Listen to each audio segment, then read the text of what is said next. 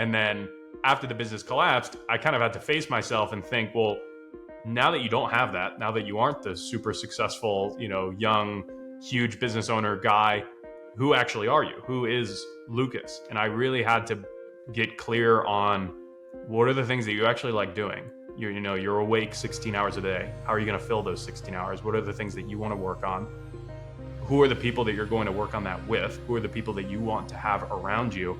It was a lot of just getting back to the basics that I had neglected as we were growing. All of the things that I was talking about personal mission, personal vision.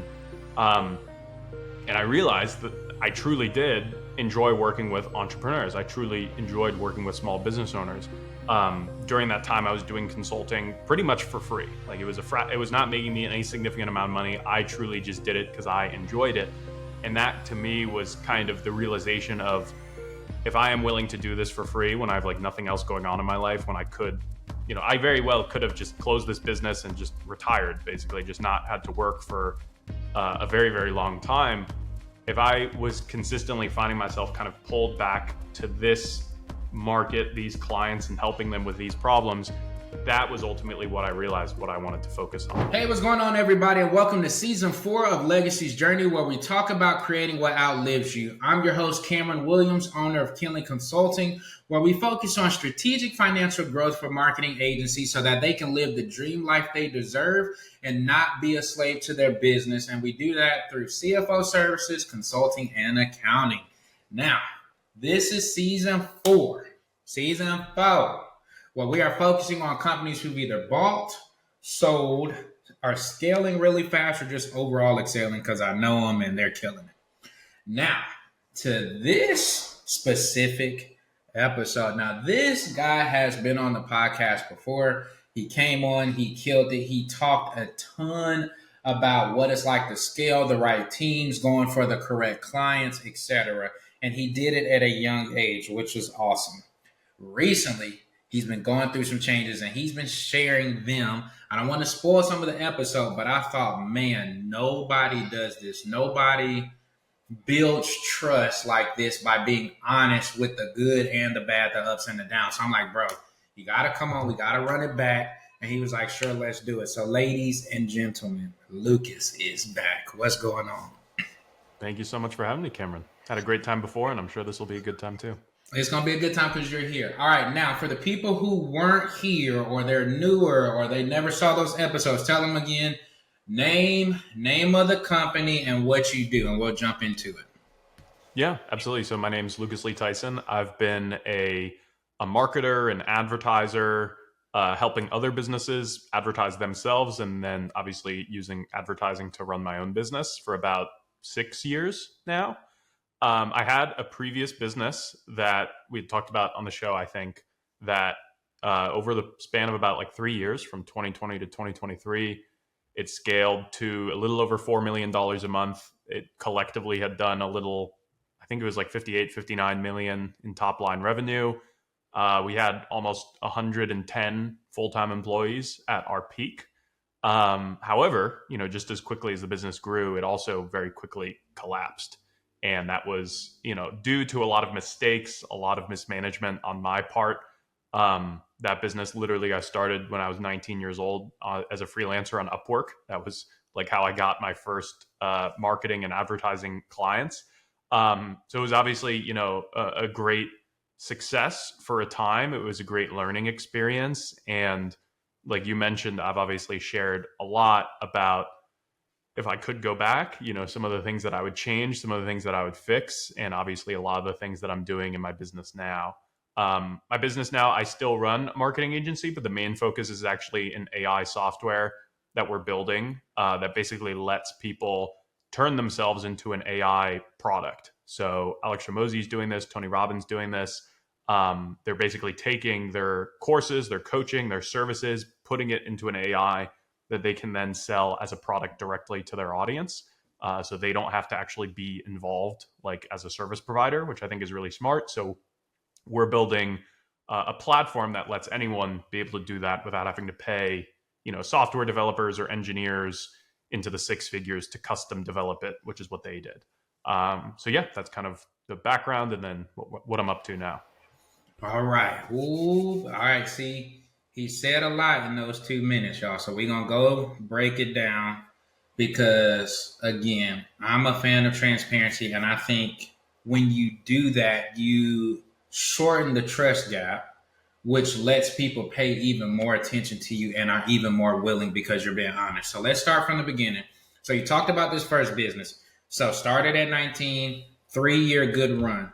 Now, first off, for the people who, we'll just say for lack of a better term, I wanted to be like Lucas. I want to have all the money. You said 110 employees. Like, Hmm. wow. Tell us, what is that like? Because I think in theory, oh man, that's awesome.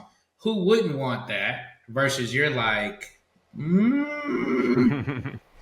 Oh, absolutely. No, I mean, it is from an ego and a dopamine standpoint, it is the best thing in the world. Like, there's a reason that, I love doing business.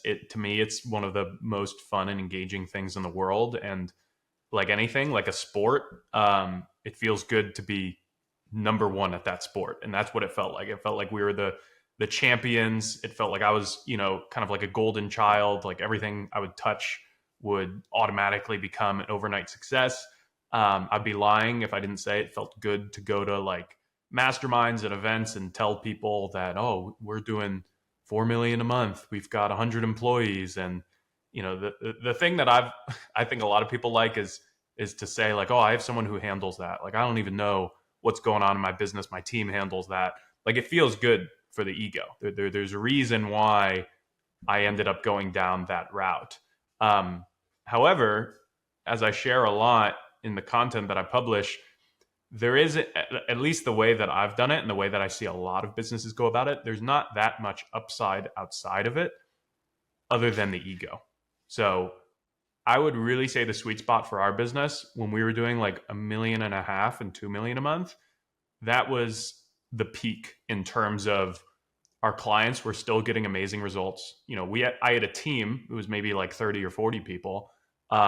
The team was very happy. We had a great culture. The team made really good money. I personally was making the most amount of like personal take home money and profit at that range.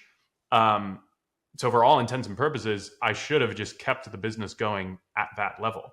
Um, but myself, and I think a lot of people, we get this idea from social media, from gurus. It's not to say it's bad, but I think the idea is if your business is not growing, it's dying. If your top line revenue is not increasing month over month, year over year, then that means you're doing something wrong. The business is going to collapse. So I really had a focus kind of on solely this metric of just top line revenue.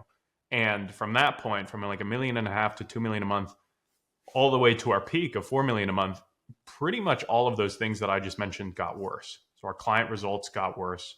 We had less happy clients. We had complaints. We had lawsuits. We had less just overall success stories and testimonials, even though we were enrolling like double the amount of clients. Um, our team grew, but the average salary, the average amount of money that a team member was making went down. Like the average salary on the team probably went from like 10 to 12,000 a month, like a good 6-figure income for an employee, maybe down to like 4 or 5,000 a month, which is, like average American middle salary, I would say. Um, my income, my personal take home went down. So from 2 million a month all the way to 4 million a month, I was progressively making less and less money. So like I said before, really the only thing that was better was I could tell people like events and competitors kind of that, oh, our business is growing. We're at 3 million a month now. We're at 4 million a month. But behind the scenes, everything was pretty much getting worse. And it's very simple. It's easy to look at that in hindsight, but a lot of these things were not so obvious at the time, because you can only really see the effects of what's happening in the business usually on like a 6-month lag.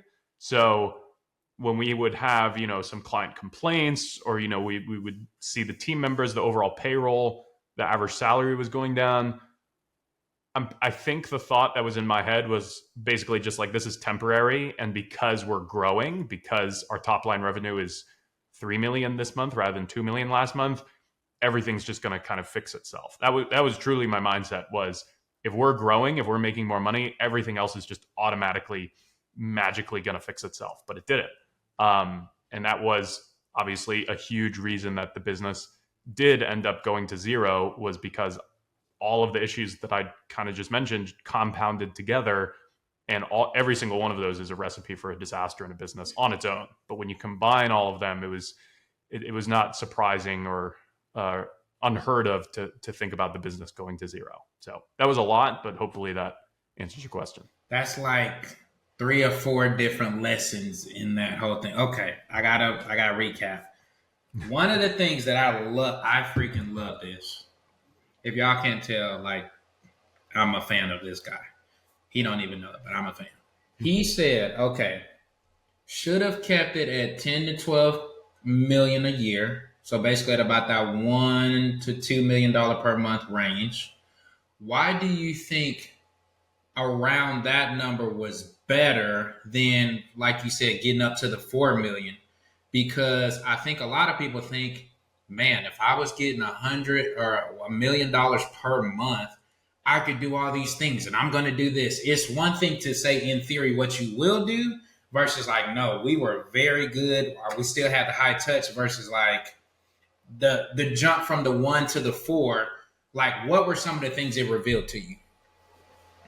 I think, to answer the first question, I do believe that if you're selling to a specific niche or you're selling to a specific customer base, there is a limit to how effectively you can reach those people until you start to see diminishing returns. So Alex Ramosi is a good example where his first business, Gym Launch, there's not that many like gyms in America. I think it's like 20 or 30,000. Like, it's not like there's millions of gyms. So if you started advertising, running Facebook ads to get gym owners as clients, you would probably do pretty well for like 6 months to a year because your ads are starting to get seen. You're starting to saturate that market of 35,000 people. And some people inside of that 35,000 are going to see your ad. They're going to like you. They're going to be like, oh, this guy seems like me. I just want to buy from him. But over time, and it doesn't just apply to gym owners, this applies to any market. Over time, you will eventually start to tap out the amount of customers who are easily reachable with traditional forms of marketing. So that was pretty much all we did. We never did organic social media. We never did like cold email, cold outreach. Everything was 100% advertising based. And we ran that pretty hard for like 3-4 years. And at our peak, we were spending over $40,000 a day. So to me, I do think there is eventually a limit. There's not a limit of how many customers you can reach, but there is a limit of how profitably you can reach those people. And then as you start to try and reach, let's say like the remaining 50%, let's say the first 50% of the market, pretty easy to convince, to persuade, they connect with you, they like you. The other 50% is maybe a little more skeptical. They maybe need a little more sales ability, and they're going to have a longer sales cycle before they eventually become a paying customer or client. So I think every business has that. And I think after 2 or 3 years of advertising very, very heavily, we had kind of reached that point, which that to me revealed one of the biggest problems, which is you hear it so many times, but you kind of don't recognize it until you go through it, which is it's much easier to keep a client paying you over time than it is to try and get a new client. And we did have, ascension offers. We had like kind of like recurring things that people would be on, but 100% our main focus was get new clients because that was how we had made money all of that previous time. Which in hindsight was a mistake. Like there is a certain point where you've advertised, you've built up such a big customer base, a big client base, you should theoretically be able to just run the business off of the people that already know you, the people who are warm, rather than trying to reach new people who are cold. I think that was probably one of the biggest mistakes or things that I would probably go back and change is that mindset shift.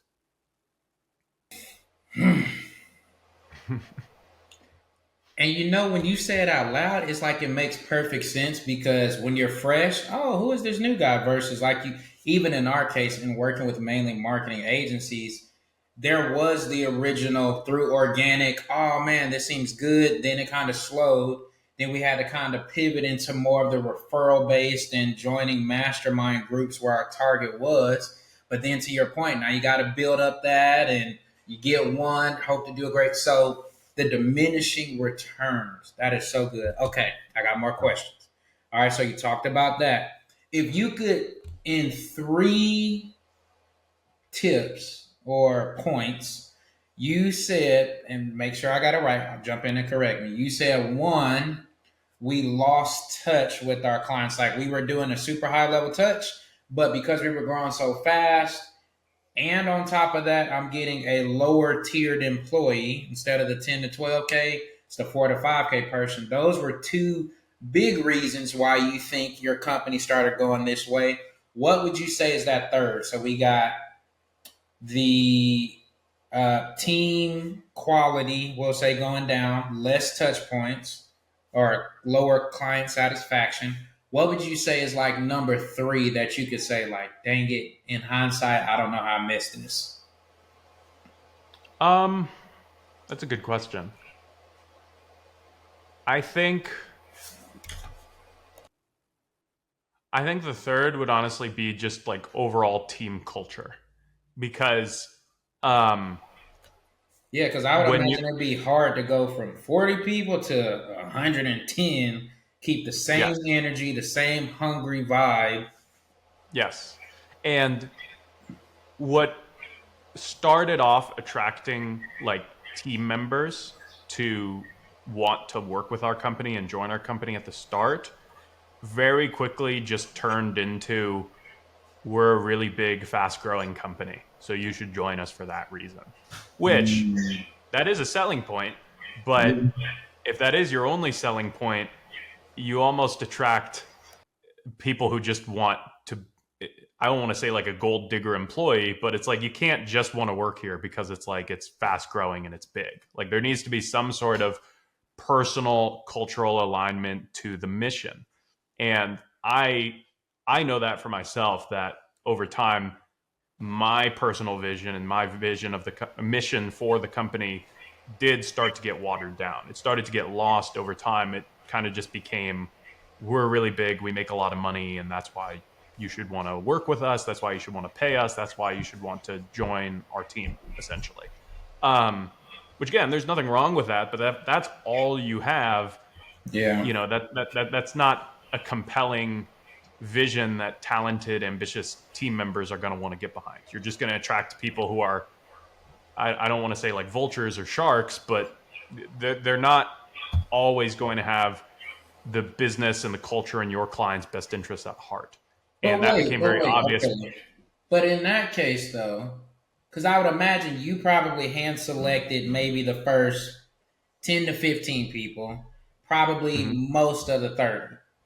Wouldn't you have taught whoever got over the hiring, hey, these are the things that they need to exhibit in order to be in our company culture and be a good fit? Or was it more you became hands off and you let them run with it, and then you think, like, what kind of attributed to these, we'll just call them lower tiered employees? I think it was a mixture of both. If I was going to sum it up with one thing, it would probably be I personally lost touch with that mission.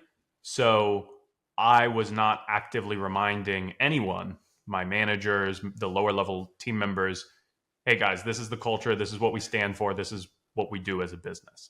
Um, when Steve Jobs got kicked out of Apple and then he eventually came back, the only reason he was able to turn around Apple and then release the iPhone, release the all of the amazing products that they did, was because he got very very focused on this is what Apple as a company stands for. This is what we do, and it was just that is ultimately the job of the CEO is just repeating over and over and over, drilling it into every single team member's heads. This is the mission. This is what we're doing, and that was a fault of mine. Is I stopped doing that essentially. Um, I wasn't intentionally doing that at the start. Like I was 23 years old at the time. I was no CEO, but I definitely had more I was much more hands-on in the business when it was smaller, when it was obviously early stage. And I had a much clearer idea of what made us different, of why someone should want to work with us. Because again, in the world of marketing, consulting, and advertising, there's a million and one coaches and gurus and agencies that someone should and could go to. There's no reason that they should be paying a 23-year-old. So I had to, at that stage, be very clear about what made us different in order to attract clients in the first place. But after a few years of us kind of snowballing and growing, a lot of that personal touch was lost with our team members and then obviously with the clients. So hopefully that makes sense. No, no, no. And I think that's great because, like, even right now, I can just speak personally. Like, right now, we are now at, I think, 9 total team members. So I would be number 10. But, like, I'm just thinking about it from your standpoint. And I'm like, man, I am struggling to communicate what he's saying with a smaller team because what I had to do is say, hey, accounting manager and my ops person, they were like, hey, we want to help by let us do the initial screening and then you do the final one. So at first I'm like, oh, that makes perfect sense until I realized I haven't trained them on what I even look for. Like I just picked them, yes. But I'm yes. like, so I sat in on like 2 of the calls and I'm like, hey, y'all did a good job, but you need to be asking these types of questions because remember, you're over the team. So don't try to keep it super generic and be not. So like, I don't even think that we go that deep into it to build the long sustaining thing, which is what you're referring to versus just like, it's been working. Hey, I'm going to trust you to get it done.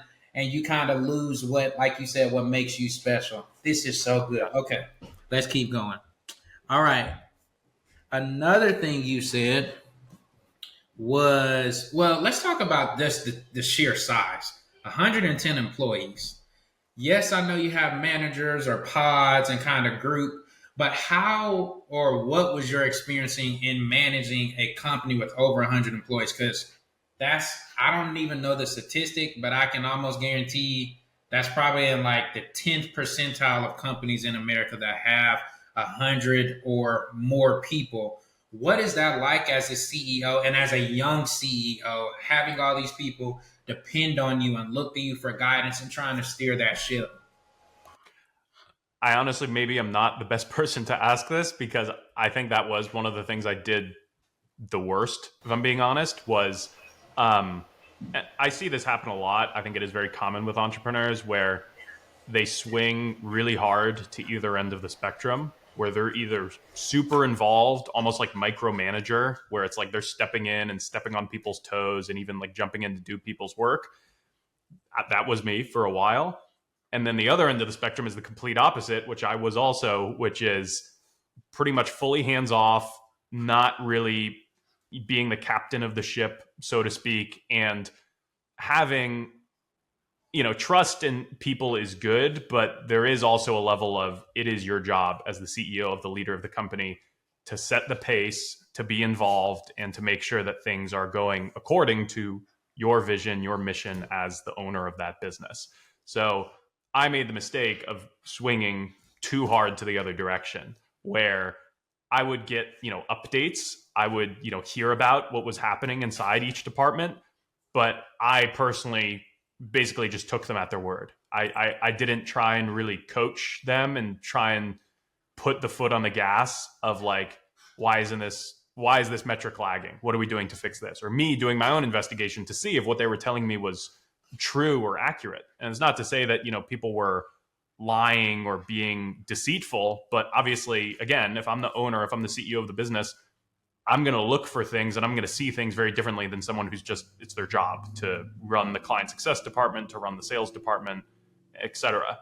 So if I could go back, if I could make a change, I would try and find that balance. Brian Chesky, who's the CEO of Airbnb, he had a really good talk about this where he called it founder mode, which is basically the number one reason so many startups and so many businesses die is because of basically what I did, which is they get out of kind of startup mode where the founder and all the team members are very hands-on. You know everything that's happening. You're personally involved in like almost every decision inside the business, to then going into management mode which for many businesses usually just means they're very hands off, they're very passive, and they're kind of just blindly trusting that everything is just going to work.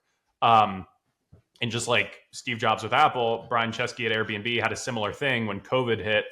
He talks about he knew that, COVID was going to be awful for Airbnb. If he was not like on his P's and Q's, the business was probably going to collapse. So that's exactly what he did. And he talks about how now, pretty much for the past 5 years since COVID, he personally, as the CEO of Airbnb, has personally signed off on every single design change. He's personally reviewed every single internal project, every single thing that every team at Airbnb is working on. And that's obviously, a $1 billion company with over 1,000 employees. So that to me is the mindset that you kind of do need to have. If you do want to have a lifestyle business, which there's nothing wrong with that, you are going to get punished the bigger you grow it, because the bigger you grow it, your responsibility as the owner, the CEO, is going to increase. It's just natural. And, that's why, when you hear about, these Fortune 500 CEOs, it's like they are working very hard. Like Elon Musk, Brian Chesky, like they're working 12-hour days, 7 days a week, because just because you have all of these people, you have all these managers and executives around you, it's still your job to be personally involved with every single one of them, to set the pace, to set the priorities, and set the culture.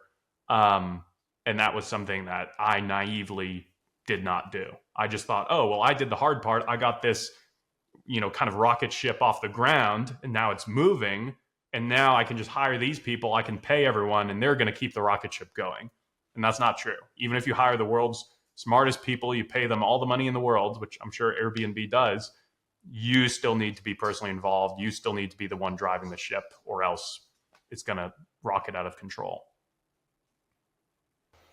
That is so good, because I think, and you just illustrated this point so beautifully, somewhere along the line, somebody told us, as you're moving up, you should be getting more and more hands off, versus, like you're saying, the really successful people, if you look at what their stories are and what history says, they may be in a different role, but no, they're still involved. It just may look different than when they were at the beginning stages. So instead of me being on all the sales calls, I am now doing the leadership meetings to make sure we're all in the same direction, et cetera. So I think that is so wise. So wise. Okay, Let's go here. Now, let's make this transition, because I don't want y'all to think this guy is so terrible. He's just being super transparent, which we appreciate. All right, so we're on top of the world. We noticed the flags. We're starting to go downhill. How did you end company one gracefully? And then how did you reset from that before you started what you're currently doing? It took a long time. And if I'm being honest, it was probably the most difficult year, pretty much. It was like 8 months. It was the most difficult year of my business life. It was not easy. Because as you can imagine, when revenue starts going down, your profit starts getting tighter, starts getting harder to make payroll, to make all the expenses. So you have to start firing people. You have to start letting people go, which as you do that, the culture, people usually don't want to be involved in a business where people are getting fired, because their thought is, well, what if I'm next? Is this a reliable position? Is this a safe position that I'm in? Which then decreases their morale, their motivation, and that affects your clients. The client experience also starts to get worse.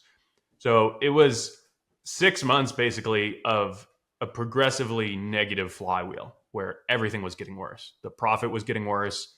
Clients were getting more and more unhappy. The team was getting more and more unhappy. People, we had historically had one of the best retention rates. Like I truly cannot remember before this period ever an employee like quitting. Like when we hired someone, they stayed on the team or they got fired. Like almost zero people left on their own volition until this point. That was when we actually started to have employee churn. So eventually pretty much our revenue had dropped to like basically nothing, like 100, 200,000 a month. And when it was all said and done, there was about a difference when it came to employee payroll, the people that were still working with our clients, and client refunds, there was a difference about like 500,000. Because keep in mind, there were people that were still being enrolled in these like last 6 months, basically, who they needed to continue to be helped for the next 3 to 6 months, even though our revenue had basically gone to zero. So it wasn't like I either had to refund every single one of those people, or I need to keep team members on to at least service and work with those people. So I pretty much had to pay our team, a very small team, I think it was like maybe 10 people, the payroll to just keep them working with these clients for the next 6 to 8 months. And there were some clients who justifiably so felt like their experience was so bad and they just weren't happy that I did just have to refund them. Those two things together did come out to basically $500,000, which I had to refund and pay back into the business from my personal account, which again, had never happened before. Like every single month leading up until this point, the revenue was growing, my personal net worth was growing, and the business was profitable. So this to me, in the grand scheme of things, I wasn't at risk of being homeless. I wasn't going to go hungry, but it was a big shot to the ego, and it was a big wake-up call, which is pretty much before this, like I said, I thought everything I touched was going to turn to gold. I thought I could do no wrong. And now I had this huge mess to clean up with, which thankfully, it did. We did work with and service those clients, and I was able to offboard the remainder of our team, I would say, in the best way that we could. They got their final paychecks. No one missed their payments. And we did our best to serve every client. I think the clients that we were serving were largely happy, and the ones who weren't did eventually get a refund. But it was a very difficult time because I, like probably a lot of entrepreneurs, like a lot of business owners, like I truly do enjoy business. Like I think it's a sport. I think it's fun. I think it's engaging. I think it's a great way to push yourself to the limits of your comfort zone and see what you are capable of. But I did not really want to do that when the business was collapsing. I was kind of having all of these failures around me, and I kind of had like this blow to my ego of like, well, turns out you can make mistakes. Turns out you can, kind of have these pretty major setbacks. So I think that was the hardest part. For like about 6 months after the business had collapsed and most things had been settled, I didn't really do much of anything. Like I kind of would take on, a few consulting clients here and there, which did help. I really did enjoy working with business owners and speaking with them, learning about how I could help them. But I had no desire for like 6 months to really do much of anything, to start a new business, to like take a big swing, which honestly I do think was good, because I had been running this business pretty much nonstop for like 5 or 6 years since I was 19 years old. And that was like my only focus. And I obviously like traveled for business. I went to masterminds, but like I really did not have a personal life for like 6 years. Like my focus was just purely on this business. So that 6 months was very, very helpful. It was like a reset for me, I think, and just kind of thinking through the things I was mentioning before, where I had so much of my identity tied up in this idea that I'm this super young, super successful business owner. Like that's all that I am. And then after the business collapsed, I kind of had to face myself and think, well, now that you don't have that, now that you aren't the super successful, young, huge business owner guy, who actually are you? Who is Lucas? And I really had to get clear on what are the things that you actually like doing. You're awake 16 hours a day. How are you going to fill those 16 hours? What are the things that you want to work on? Who are the people that you're going to work on that with? Who are the people that you want to have around you? It was a lot of just getting back to the basics that I had neglected as we were growing. All of the things that I was talking about personal mission, personal vision. And I realized that I truly did enjoy working with entrepreneurs. I truly enjoyed working with small business owners. During that time, I was doing consulting pretty much for free. Like it was not making me any significant amount of money. I truly just did it because I enjoyed it. And that to me was kind of the realization of, if I am willing to do this for free when I have like nothing else going on in my life, when I could I very well could have just closed this business and just retired, basically, just not had to work for a very, very long time. If I was consistently finding myself kind of pulled back to this market, these clients, and helping them with these problems, that was ultimately what I realized what I wanted to focus on. And that was kind of the inception of my new company. But I don't want to ramble too long. And hopefully that wasn't too like, I don't know, dark and, just all No, doom but and I think gloom. we But need that though, right? Because to yeah, your point, to work for almost 6 years straight, and I think you hit so much in talking about pride and ego. Like, I'm willing to put in crazy hours because I get to say that I've hit this, versus after growing up, learning more, becoming more knowledgeable, maturing, you're like, okay, it's more to life than just that. So if I could redo this again, what would I change? I think all of us consistently should be working through that exercise, because I know I've been telling a lot of my clients like, hey, in December, take at least a week off. Because if not, yeah, you're just gonna keep doing the same old, versus like give your brain a week to rest and to even be able to create and ideate and think of stuff. Because I know for me, if I'm at my house, I don't know how I'm gonna end up at this office, hmm at my three screens. That's my yep, structure. I need to yep, leave the house. Go up to yep, the mountains, go to the beach, have that time to really let your brain think and process. So I think if we're being honest, like, we should all be doing that. Maybe not when we're at that level of danger, but how do we ingratiate that into our normal rhythm? So I personally love it. yeah. Here, let's end with the more positive. So now we're on business number 2. hmm We're implementing the new things. So now, how long have you been doing business number 2 now? A little. Today's early December, so like a year and a quarter. It was around like July-ish 2024. So like a year and a quarter, year and a half. So, what are some of the things you're proud of now in company 2 that you learned from company 1? The things that I'm most proud of definitely are the clients that we have. I have a personal relationship to some degree with every single one. I know them. I know why they're running their businesses, why they have the goals that they do. Um, so to me, seeing the impact of helping a client grow their business or helping a client, automate some aspect of their business to, remove some of their stress, get some of their free time back. To me, I know selfishly that makes me feel good. It makes me feel good knowing that what we are doing is making an impact on them. It's making an impact on their clients, their team members, etc. That was something that I realized I'd lost in my previous business, and I think that's when a business starts to get in a lot of trouble, when you're just looking at people as numbers on a spreadsheet. You're not looking at the human reality of why these people are choosing to spend their hard-earned dollars with you, which is ultimately the reason any business succeeds or fails. Um, to me, I'm most proud of that. I'm very proud of obviously the success that it's had. That it is a much smaller business. It's maybe done like 1.5 million, 2 million in the time.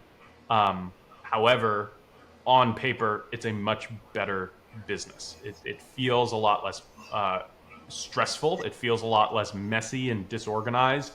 It feels much more like a system that, even if it is much smaller by comparison to my previous business now, I feel a lot better having gone through what I've gone through about scaling this one, because I did feel that. And I think that was a big reason why I didn't really do much for 6 months, was because I thought, unless I take the time to learn from this and like actually figure out why things went as bad as they did, if I just because there is that kind of like entrepreneurial, like just get back on the treadmill, just start running again. I knew I would just repeat the same mistakes. And that's, something that to me would have felt like the biggest waste of time. Not to say that, those 6 years was a big waste of time, but the ideal scenario is you run a business, you grow it, and you're building the foundation bigger and bigger so that it keeps compounding. Not that you build the shaky foundation, then everything that you worked hard for those 6 years comes crashing down. So the foundation of this business feels a lot stronger. It feels a lot more scalable. We have a very lean team. I think we have 6 team members. every single one of them. I obviously interviewed, hand selected. I learn new things from every single person that's on the team, which I think is also a mistake that I made. Was we kind of just hired people to be task rabbiters, to be order takers, to be just tell them what to do. They fill in the position and that's it.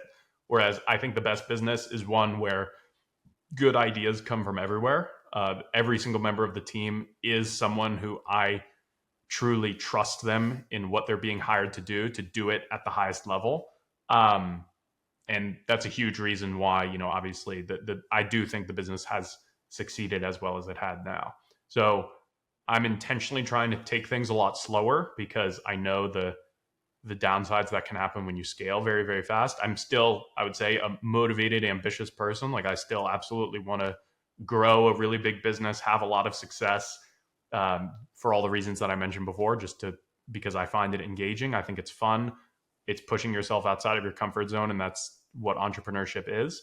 So there are a lot of things that are going really well. So as bad as everything was that I shared, I definitely recognize it could have been a lot worse. There are absolutely a million and one ways I would not be as privileged to be in the position that I am now, where I actually have the opportunity to keep taking swings at the bat, which to me, that's the best thing of all, is that I can keep playing the game. I can keep running businesses. I can keep being an entrepreneur. Even if you get knocked down, you can still get up and try again. And to be able to have it go as well as it is now, I think is, the biggest blessing of all. I feel like that's a good way to end right there. I could always come up with more questions, but I feel like that's a good one. All right, so tell the people, if they're like, man, this guy's story, he has so much wisdom, I want to work with him or just connect with him, tell them again, name, new company, and how they can get in touch with you. Yeah, so probably I am active on Facebook and Instagram the most. I read every single DM. It's not like a team member or anything, so it's just my name, Lucas Lee-Tyson. You can send me a DM on there, shoot me a friend request, and I'll answer. Our new company that I talked about is called Kodara. So it's KODARA.com. Still very early stage, but we're obviously working very closely with every single one of our clients. So if that is of interest, you can check that out. And yeah, I just like hearing about entrepreneurs, their stories, connecting with them. Even if you never work with us or become a paying client, I'm always happy to answer questions, send a voice note. So yeah, my inbox is always open. So really, I'm just going to say this because I can do this. If y'all need somebody to come speak for your audience, speak at your event, I mean, how much better can you get to y'all want this, but y'all need to be aware of these pitfalls? And not only this is what you need to worry about not doing, but he's been able to rebrand, redo it, and build it at a more stable, sustainable level. So like if y'all need some speakers, the whole nine, like this is the guy right here. This is the guy. So again, Lucas, thank you for coming, guys. These are the types of people we want to bring on here. Just to be honest, yes, leaving a legacy is important, having a good brand, but not losing yourself in the process is always important too. And how do you bounce back from that? What does that look like? How do you unlearn the things that messed you up the first time and continue to improve on the things that you did great? These are the things that we're wanting our guests to share, because we don't want you to fall into that hype of just go get it, and you're burnt out and don't want to do anything for the rest of your life. So hopefully you guys got something from all of the great, honest, truthful tips that he shared. Please listen to this guy. He's done it at a high level. I've seen it. He's told us about it. He talks about it openly because it's about helping the next person. So share this episode, like it, reach out to him, tell him how the story just blew your mind or how you can identify. So with that being said, people, until the next episode, stay safe, take care of yourselves. Peace.